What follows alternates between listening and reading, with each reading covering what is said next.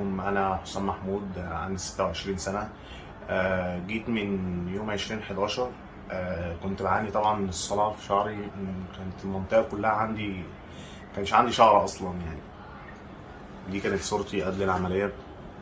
دي كانت 20/11 من 6 شهور تقريبا. سمعت عن دكتور طارق على النت. بصراحة في يعني ناس كتير كانوا بيشكروا فيه، فأنا كنت خايف من التجربة ديت. جيت طبعا مع دكتور طارق، عملتها من يوم 20/11. زرعت 4500 بصيلة. دي كانت النتيجة بعد 6 شهور.